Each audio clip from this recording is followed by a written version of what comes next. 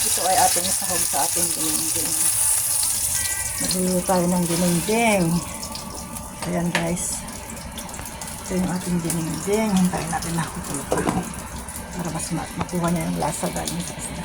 So, meron tayo yung sabi ko nga sa gulip-tip awang ang tawag sa inyo. So ito, lalagyan natin lang sitaw, okra, at talong. So, hintayin lang natin na kumulo yung ating tubig. So ayan, at dahil kumukulo na, ilagay na natin yung ating sitaw at saka talong.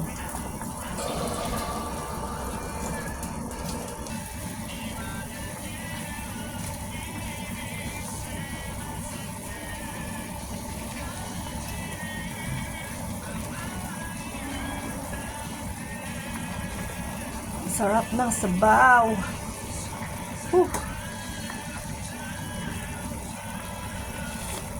Ang sarap ng sabaw.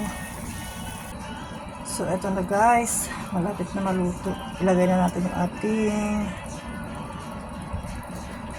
bulaklak. Bulaklak ito yung bulaklak ito yung yung bulak.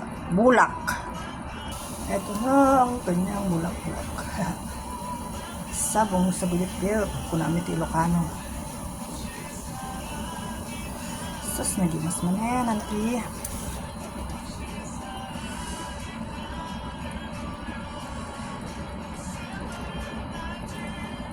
Yan. Nakaluto na naman ang auntie nyo. Wala na naman siyang bantay. Bukas may bantay. Ay, sorry. Bukas yan. So, ayan guys. Ito na yung ating, hindi ko alam kung anong tawag sa inyo. Basta sa amin, sabong sa biyap-biyap. So, ayan. Ay, happy tummy na naman ako. Masaya na naman ang bata. Makakahigot na naman ng sabaw, ng dinding. So, ayan. Luto lang natin ng konti guys. Pero, tigman muna natin. Sarap kasi ng sabaw, ang tamis. Ay!